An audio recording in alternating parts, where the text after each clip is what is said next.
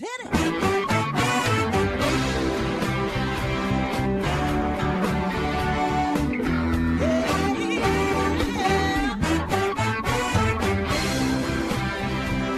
Hi, everyone, and welcome to Alzheimer Speaks Radio. I'm your host, Lori La Bey, and I'm so excited that you're joining us today.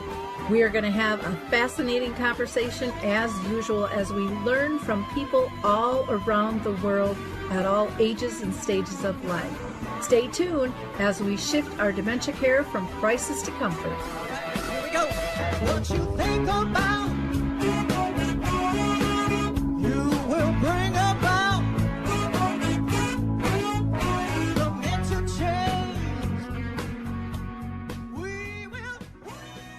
Hi, everyone, and welcome to Alzheimer Speaks Radio. I'm your host, Lori La Bey, and I'm thrilled that you were able to join us today. If you are new to our show, Alzheimer Speaks is about sound information, not just sound bites. We like to talk with real people who are in the trenches and who are doing something to make a difference in the industry and family lives with dementia. So we talk with people who are living with dementia, those that care and serve them, researchers, advocates, movie directors, singer-songwriters, you name it, everyone is welcome here. And that means all ages and stages too. So we've had kids on the show that are making an impact. So if you have a story that you'd like to share on your journey, or maybe it's a project or a tool that you've developed or a service, please reach out to me at radio@alzheimerspeaks.com, and we can have a chat about that. Now, before I introduce our guest today, I do always like to give a couple of shout outs. So I want to give a shout out to memorycafedirectory.com. I'm so excited because some of the memory cafes are coming back and meeting in person. Many are still doing virtual. I know our group is still doing virtual at this time. But go to memorycafedirectory.com and you can get more information on the memory cafes in 5 different countries. I also want to give a shout out to Coral Health. They're still allowing people to download 2 apps, Music First and Coral Faith, which are so important and such a value. So don't miss out on that. Go to Coral, CORO health.com. And then, of course, I have to mention Dementia Map. Dementia Map, I'm a co-founder of, and this has been a dream of mine for 37 years. So I'm really excited that this resource directory, which is a global directory, is finally out there for people to both input information and be able to pull information out. Now, it is free to anybody who wants to extract information. We don't ask for any personal information, and we also have a free plan plus 2 paid plans depending on what level of exposure you want on the site. So go to dementiamap.com. Next, we're going to hear from the Footbar Walker, which I am a big rating fan of, and we'll be right back with your guest. Introducing the life-changing Footbar Walker. I'm Peggy from Danville, Kentucky, and I'm 91 years old. The Footbar Walker revolutionized my care of George. It absolutely benefits the patient and the caregiver both, and that's the beauty of it. It's so easy to use. It folds up just like a dream. I got it in and out of the car without any effort at all. The saving that I made from having to put him in a nursing home came to about $192,000. Does someone you love use a walker? Do they struggle to get up from a seated position? Are you a caregiver dealing with physical pain and stress as you help your patient? The Footbar Walker was designed to assist not only the patient, but also the caregiver. Patients have more control standing up, and no lifting from the caregiver is required. See how it works at thefootbarwalker.com. That's thefootbarwalker.com. Peggy, would you recommend the Footbar Walker? Do I ever? I would not be in the health that I'm in today at this age had it not been for the Footbar Walker. I want to introduce our guest today. I'm really excited to have him. I met him through Facebook, like many others have met him, Larry Griner, and he cares for his mom. He has learned to use music and public interactions with others to help her focus on living fully and having plenty of joy and engagement in her life. I think Larry's got a lot of great things to share with us. Well, Larry, I'm thrilled to have you. So welcome to the show. How are you doing today? I'm doing okay, Lori. Hanging in there as usual. Yeah, that's kind of the mode when you're dealing with dementia. you have you have the ups and the downs, and you have to be pretty flexible to kind of go with the flow. As I said in your introduction, you're caring for your mom. Do you mind giving a little background as to like when your mom got dementia, how many years she's been living with it? Well, we recognize probably at least 11 to 12 years. And the reason why I say that is she was living independently for a number of years when the last son moved out. And I think probably a good 12 or 13 years ago, she started to kind of regress from a lot of her normal activities. But we didn't notice it because nobody was here.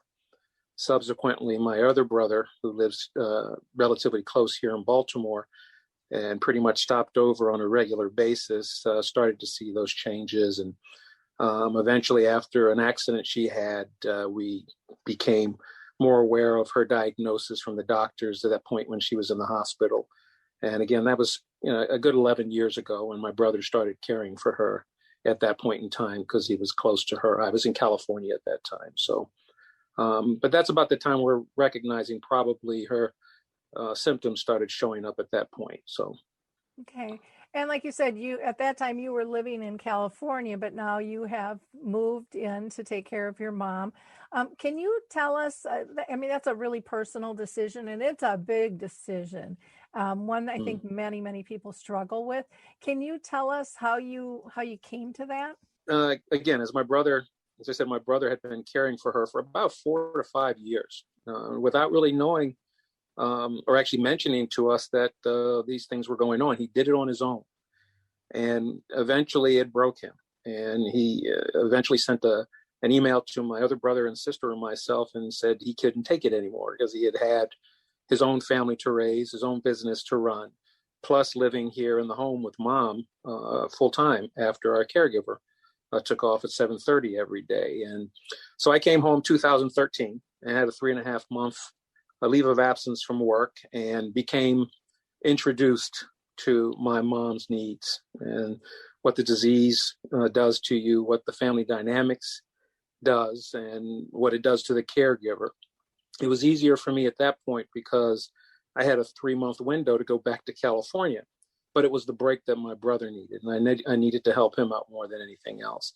But after that, I recognized that I needed to contribute in some other way, and I decided to hopefully come back a year later when I had the leave of absence again, but my company went through a reorg, and so I resigned my position and came home for an entire year. And that wasn't just to care for him, but was also to care for my father, who was diagnosed with dementia also. After being here a year, that broke me. And again, the family dynamics, not to go into too much detail, drove me back to California for some respite. And after a while, I recognized that my mind was always going to be home. And I came home for a funeral, October of 2017. And that was the first time that my mother said that she'd not remember me. Of course, the biggest heartache in my life, and recognition that I had to come back and do something again, not just for my mom, but for myself. It's hard to do anything 3,000 miles away, and definitely for my brother, because at that point we also moved my father back into my mom's house to care for both of them. So that's a reality show in itself. But I decided to resign my position again with the job that I had started, and they gave me great support. And came home January of 2018 to be here, to hopefully do a lot for not just my parents, to develop a relationship with my father, who I hadn't had in a long time, and to take care of my mother, and to give my brother the needed break that he had needed. And the rest is kind of history. I've been here now for 3 years plus. I say it's my self-rabbit hole that I put myself into, because I can't go back any place to California knowing that my mom is not going to get any better from where she's at. So that's where I am. And our goal is to keep her in her home as long as possible. I've been to other assisted living places and just recognize I can't see her getting any better. And I want to give her as much life as possible. So that's why I'm here. Well, and by you giving her that life and that fun and that joy, that's how I met you, was through Facebook and seeing some of the videos that you share with your mom. I know a lot of people struggle about putting their personal stories out there, and others just walk right into it and say, this is a way to change others' lives and to kind of give hope and everything not be doom and gloom about it. And for me personally, that was kind of my mode of operation, was that we've got to make this better for others. We've got to get people to understand we can live differently and still well with this disease. What made you decide to A, do the videos in the first place, and then B, make them public? Well, the videos just turned out to be a fun thing. I started playing classical music for my mother, from which she loved all her life. And it was just for us to enjoy in the park, at home. Eventually, I started to see her become animated in many ways than one. And not so much always to the classical music, but we kind of gravitated from the classical music to the music that was on the radio in the car. Then it went to what was on my iPod and my playlists. And she was just showing all kinds of crazy antics facially and with her hands and her shoulders. And it became so popular on my Facebook page. I would put one or two posts maybe a month on there for family and friends. And a friend of mine had said, well, why don't you put your video on another caregiver website called Molly's Movement? And all of a sudden they went viral.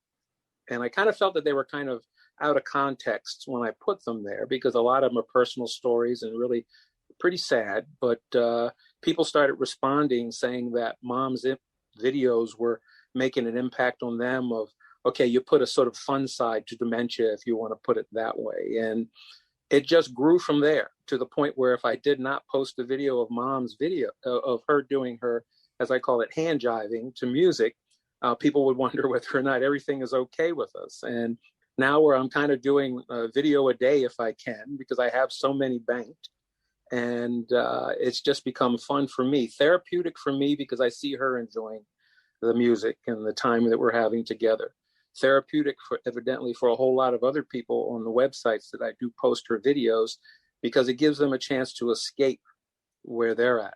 And it's also given a number of them ideas on how they can reach their loved ones. And that's where I've recognized that without doing it purposely, it's become an opportunity to help others to, if not put a smile on their face, give them ways to communicate or have their loved ones enjoy some time with them, or even out in the public, as I do take my mom. I recognize that when she's out now enjoying the music, she likes to show off. She's a big ham.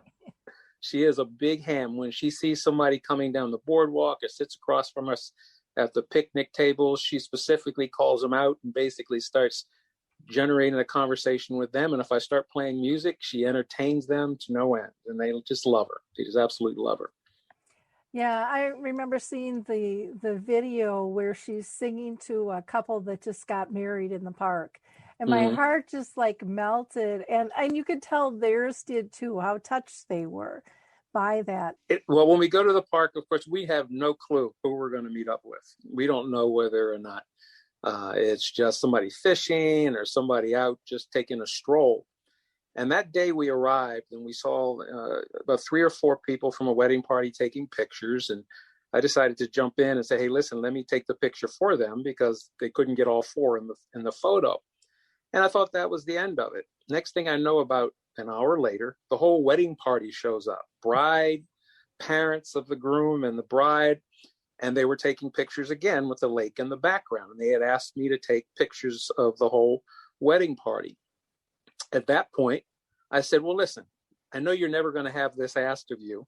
I'm going to let Mom sing you guys a song for your wedding day. And then boom, boom, we walked up to the picnic table. Mom has no clue.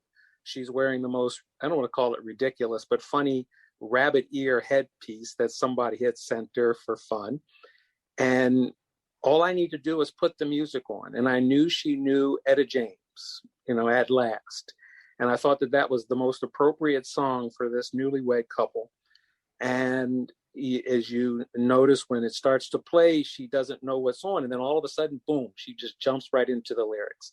And everybody around her, from people who were there eating lunch at the park to the people in the wedding party. We're all standing there, some of them tearing up. And the wedding couple just completely appreciated what Mom had done. And she just loves people, like I said, in general. But then also seeing the bride in a beautiful wedding gown and the groom, I think he even started to tear up a little bit. They were just appreciative that Mom would give to them something special that they can remember for a long time to come. And again, these things are just very spontaneous. And Mom's game. And when you put an audience in front of her, she'll perform. So that just wound up to be a special time and a special moment for everybody. How neat. I mean, it just, so many times people get embarrassed that somebody isn't fitting in like everyone else. And you're just really allowing your mom to be who she is. And when you're doing that, I mean, it's educational to the public at large. But it puts a smile on everybody's face and in their hearts. And, for that couple getting married, I mean, how they'll never, ever forget that moment. Never, ever, I mean, that is just something so, so precious. So kudos to you. Now, you had mentioned her headpieces, because I know when we talked before, that's kind of one of her signature marks now, in that people just send these things to you for her now. Yeah, last year I bought some rabbit ears from CVS on the way to the park, and wore them for fun, in the park, and people just loved them as Mom was doing her little hand jive and facial dancing in the park. And for about a month and a half, we wore them and posted some videos on Facebook, and people loved them.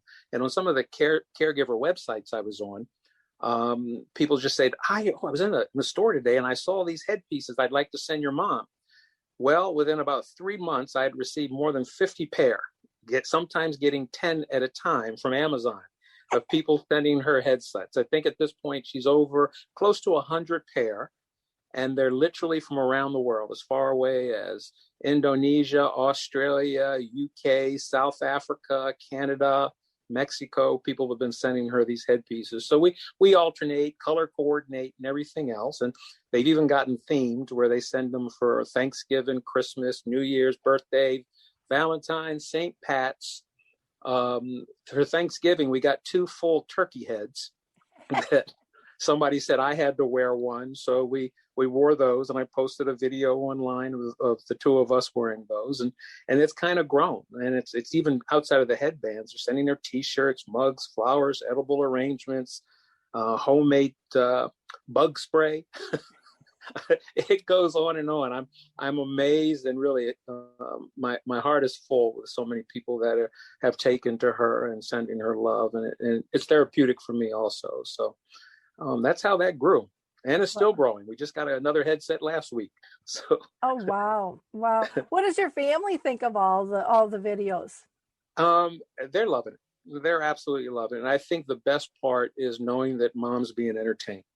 Mom is not just sitting down watching TV all day long, and she knows she's getting the best care with me here. And we are lucky enough to have a caregiver who's been with Mom for the past 11 years that comes in also daily. So that's one of the blessings we've had, that she's had that consistency. And for me, my commitment had been that when I came back from California was not to get a job and then come home and do what I could. Mom is my job. Mom is my priority. And so that's where my life is right now. And so I know they're appreciative. They don't have to say anything. As long as they know that she's being well taken care of, that makes the biggest difference. Oh, that's great. I know my family, I have 2 brothers, an older one and a younger one. And there was a picture of my mom dressed up like a Klondike Kate, which she was all in red and had the feather boa and the nail polish, lipstick, the everything. And she had this just huge smile, just gargantuan. And she was having a blast. And yet my brothers thought that was disrespectful for her to be dressed that way. And I was just like, she's totally enjoying herself. Totally enjoying herself. You're the one having the problem with it. And it was one of those things that I don't think they ever really understood. They went to embarrassment first versus being able to see Mom being joyful. I have to second guess myself sometimes with some of these headpieces. When you're getting orange or fluorescent green dreadlocks with lights in them that people are sending, I said, well, yeah, okay, let's go for it. And Mom just takes to it. She just gets into the mood and enjoys it. She'll kind of look at you funny, but then she just gets into mode of I'm just having a good time, and that's what makes it all worthwhile. And so I don't know that I'm completely past putting anything on her head, but to this point, it's been very, very not just entertaining, but fun with her, and that's what's most important. Well, and I think part of it too is, my experience with my own mom, and I don't know if you have experienced this or feel this, but, as the disease progressed, she got more and more authentic in terms of who she was. She didn't really care what anybody else thought anymore. She wanted to have fun. She wanted to play. She, wanted it to be about joy, which, and I think we all want that in our lives, but we have all these boundaries and judgments that don't let it in. And to me, I thought that was just beautiful to be able to get to that place where you're not worried what anyone else is going to think, and you're just going to do what, makes you happy and brings you joy. And, it's not like they're hurting anybody else in the process at all. You shared with me before we came online here that today she met a little boy. And so again, she interacts with everybody at all ages and all stages, which again, I think is brilliant and inclusive. And, you even said, the little boy was one to talk a lot, and parents alone can get embarrassed with that. Like, come on, leave the people alone, but your mom just engages. It's not about that. So relieve some of that tension that maybe the mom was feeling too. She's got an endless smile when she sees children, an endless smile. And she'll keep her eyes locked on them until they're out of sight completely. A lot of the personality that I see in my mom now, we never noticed when we were growing up. She raised 4 of us on her own. And so everybody kind of went off in their own direction. And the personality that we're noticing here, we were never aware of existed until I got to this point. And again, I just let the camera roll. And a lot of times I'm tearing up in laughter also, and in sorrow that I missed this, and where is this person, or where was this person way back when? But I'm enjoying the moment, to the most. And again, I have no clue what I'm going to get when I turn that video camera on, but I take it all, and everybody loves her. Absolutely loves her. So, yeah, I found with my mom, kind of some of the same stuff. I think that there's borders of what parents will share with their children, when they're trying to be the adult and they're trying to set the example. And my dad with brain cancer, my mom with dementia. I mean, I ended up learning stuff about them when they were younger. They never would have told us, but they were, as an adult, then they were hilarious. As a teenager, I would have thought, "Whoa, really?" What, but I mean, you see that other side. And then we had an opportunity. My mom really wanted to be able to watch her granddaughter, and we were very nervous about how to do that, but we set it up, and we gave her a couple of hours, and felt it was really safe. And I'll never forget the first time walking in to the dining room, and both my mom and my 5-year-old daughter are holding up pictures, and you couldn't tell who was prouder of their work. and my daughter and her grandma had such a bond. I mean, they were so close because Danielle only knew grandma with dementia. And there was just something about this playfulness and this authenticness that, to me, I just felt it was a gift, to be able to see that side, because I wouldn't have seen it before. It just wouldn't have been there without the disease. So thank you for sharing all of that. I want to ask you, because I always think that there are words of wisdom that everybody who is caring for somebody with dementia can share. So I'd like to know from you, Larry, what are, if you had to give 3 important things to other people caring for somebody, what would that be? What are 3 important lessons or tools or phrases? That's interesting. You can almost give 10. Yeah. But a lot of it's depending upon where your loved one is within the disease, what their capabilities are, how well they still communicate, what their past was like, what was their personality in the past. My mom was very independent. Mm-hmm. So that stubbornness is there. That little devil, I say, is still there in her. But they always say patience is a virtue. I think virtue is an understatement. But that is definitely something you have to find, because everybody's going to run out of it when you're with this. You're constantly being tested. I think understanding of what your loved one loved in life, because that's the easiest thing to go back to try and find, as I say, a focus breaker. And what I mean by that is, with my mom and from people that I recognize that have had dementia or Alzheimer's, their focus is just into a blank stare. They don't have any. If you ask them what they think about, they don't know. They really can't verbalize it. So in those cases, I put something in my mom's mind like music, which now she's familiarized, and now she can change her focus, and it makes her a lot happier. Giving her chocolate always changes her focus. So it's knowing what they love. It's going to be difficult introducing new things to my mom, and I have to speak specifically of my mom. She can appreciate it for that instantaneous moment, but it's gone. And though most moments are going to be gone, if she has something that she'll love, looking at flowers, enjoying chocolate, a specific song, those things will make those moments at that time much more enjoyable for them, and also much more enjoyable for yourself.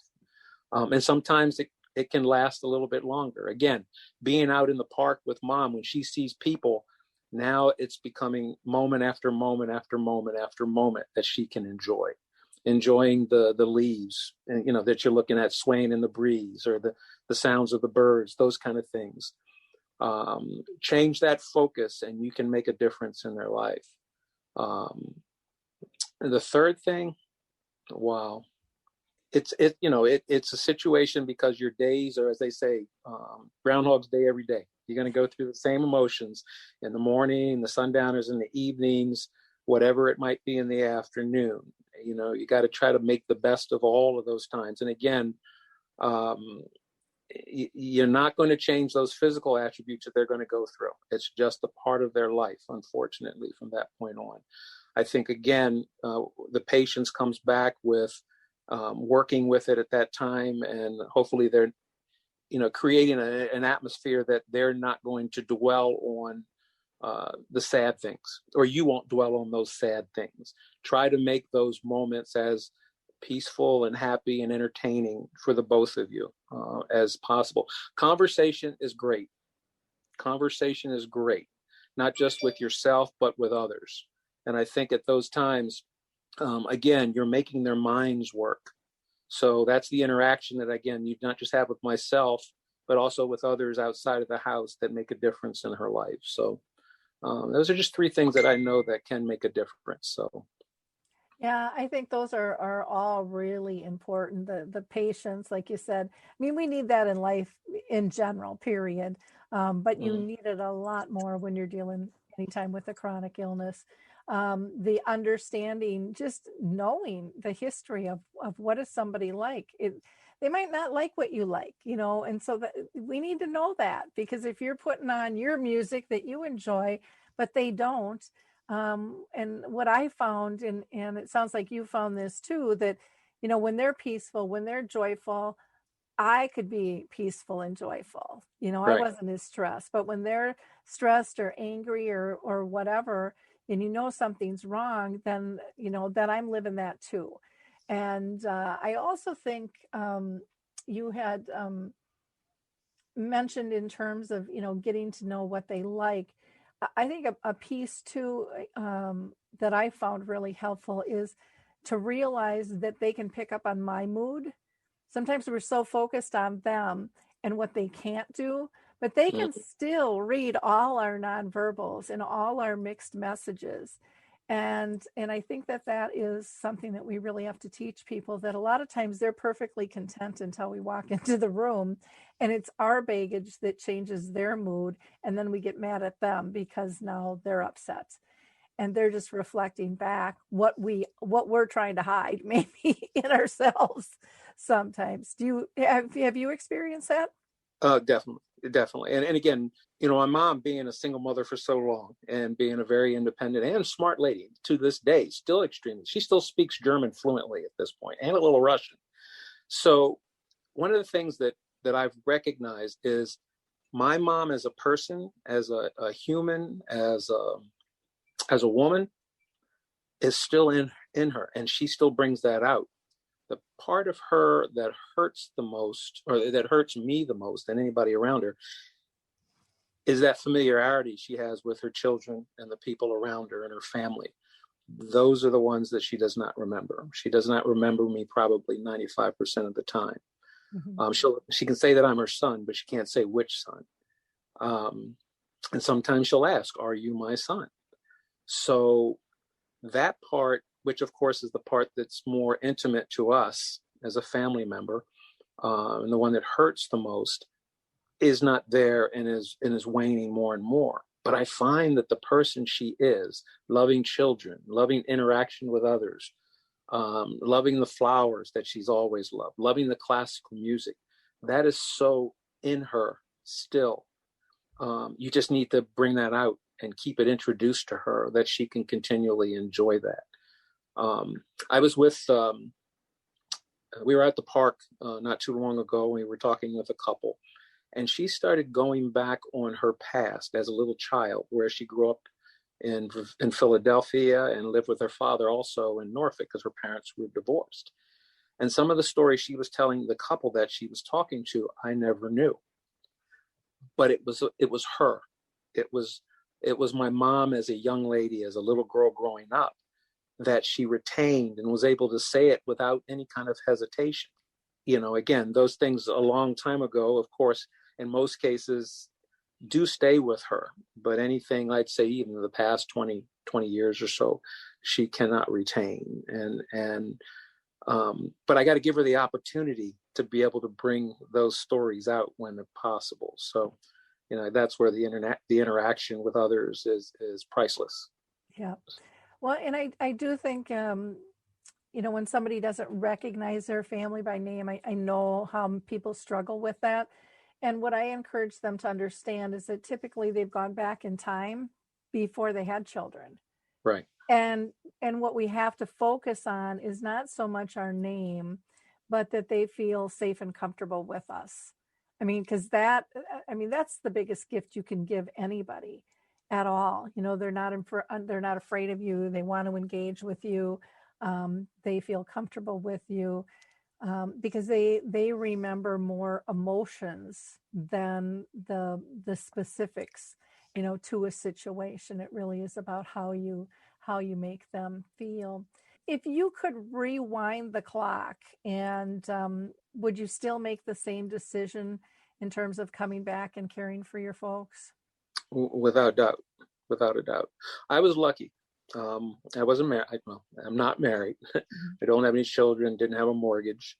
I was lucky. I had the flexibility to do this. It doesn't mean it doesn't hurt any less. But again, and I don't want to get too emotional over this, but the bigger reasons why I came back is because my brother gave so much of him without ever complaining.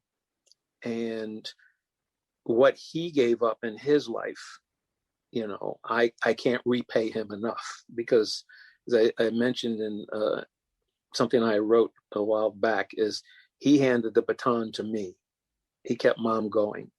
Mm-hmm. And I'm able to at least take it to this point and make the biggest difference, not just for her, but for him. Mm-hmm. So, it's multi reasons why I came home, and he's a big part of it.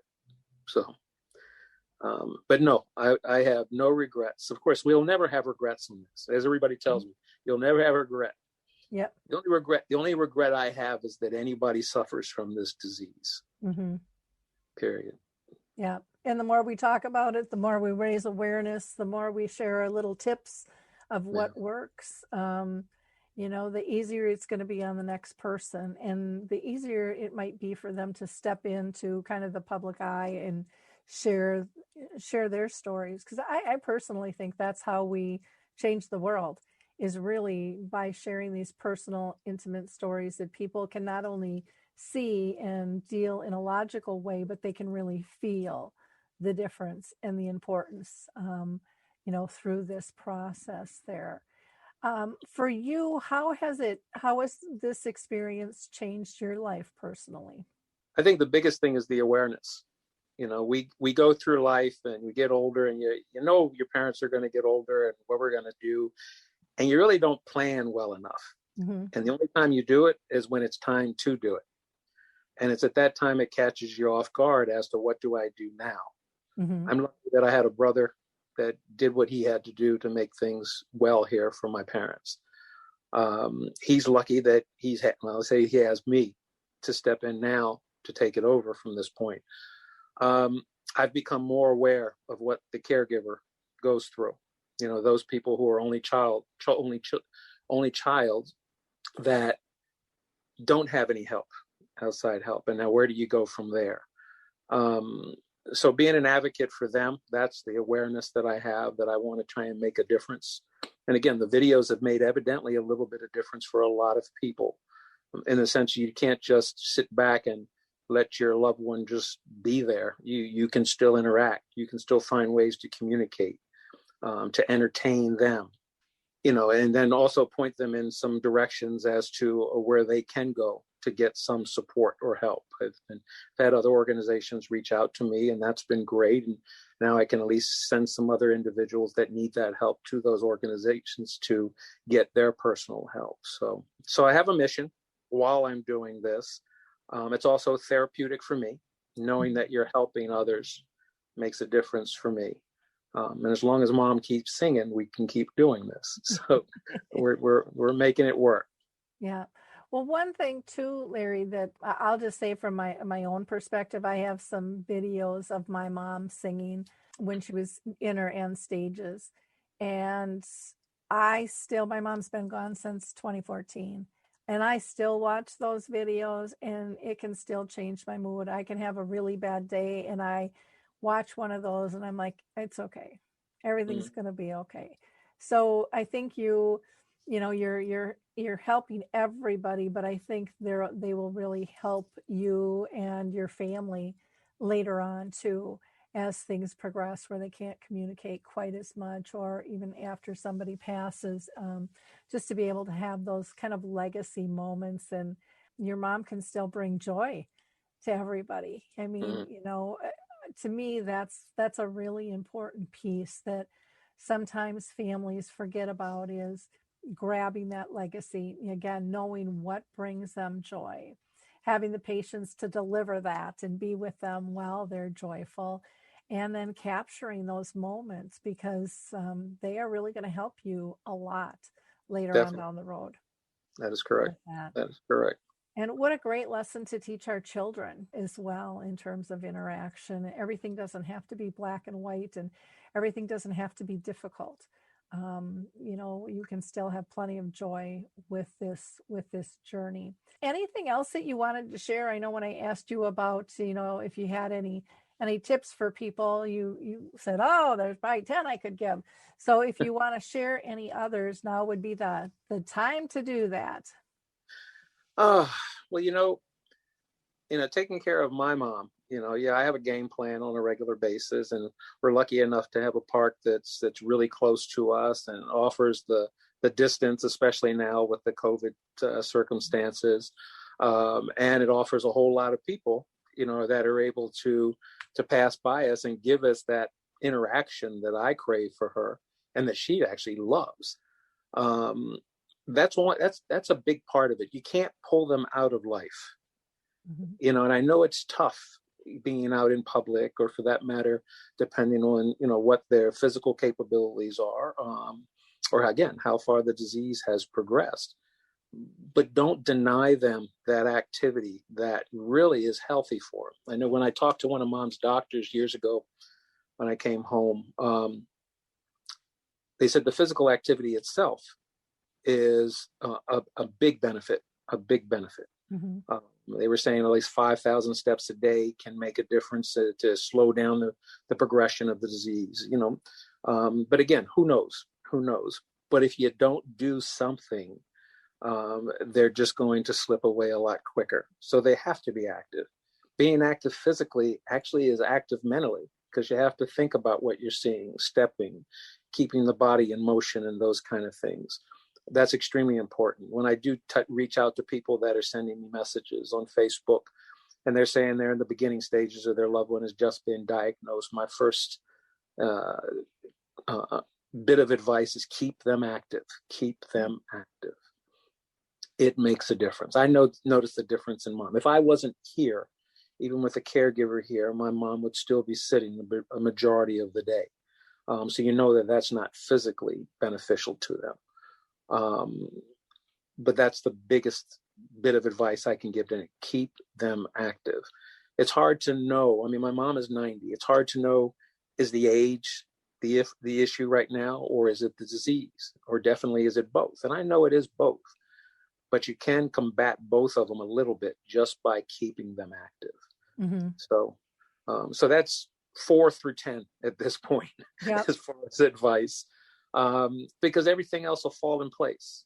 Again, I get scared when I see or actually hear from people that write to me online about where their loved one is, especially in the final stages. And without going through all the issues that they're going through, that scares me that my mom could be in that situation or circumstance in the future. Who knows? But I can't sit back and dwell on that. I got to deal with the here and now. Every day, as I said, is Groundhog's Day. So just treat it that way and do the same thing you do that makes a difference today. It'll make the difference tomorrow. And hopefully the day after that, the day after that. The little things that pop in there that are out of the ordinary, great. It can still be enjoyed. But remember, it will be forgotten. Make the best of it. But just getting them out and about makes a big difference. Even if we don't see anybody when we go to the park, she still enjoys the birds flying by, the lake that's in front of us, the smell of the flowers that are around us. So, I mean, again, that is probably the biggest bit of advice I can give to anybody that is going through this, even in the beginning stages. Definitely do what you can to keep them active. Yeah. Yeah, one thing I would add to, sometimes, especially with the older population, kids will say, I want to hug my parent, but they weren't huggers, they never hugged, and I'm like, you have to do what you need to do too, and it might not have been acceptable, when as they were growing up, but kids always get hugs.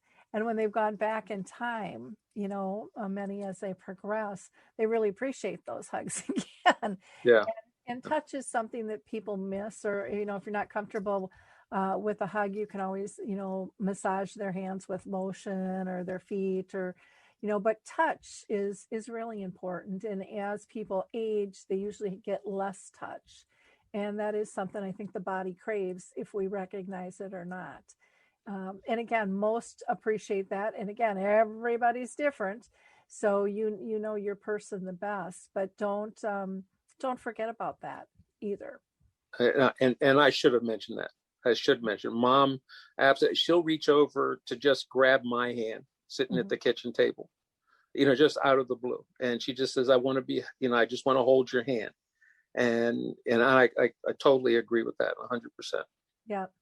Yeah, we give comfort to people in so many ways throughout our day that we don't realize. And I think, to me, one of the gifts in this disease was getting me to slow down, to just sit in silence in my mom's presence and being satisfied with that, realizing how connected we are, where, when you really love somebody and feel comfortable with them, you don't have to say words. You don't have to do anything. You just get this solace of being in their presence. And a person with dementia can still give you that, and you Right. can give that to them.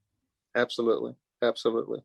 So don't ever let the disease take your relationship from you, I guess is his bottom line. Now, people can reach Larry on Facebook. Just put in his name, Larry, Larry, dot, and then Griner, Griner. He also has a YouTube channel that you can find by putting in his name there as well.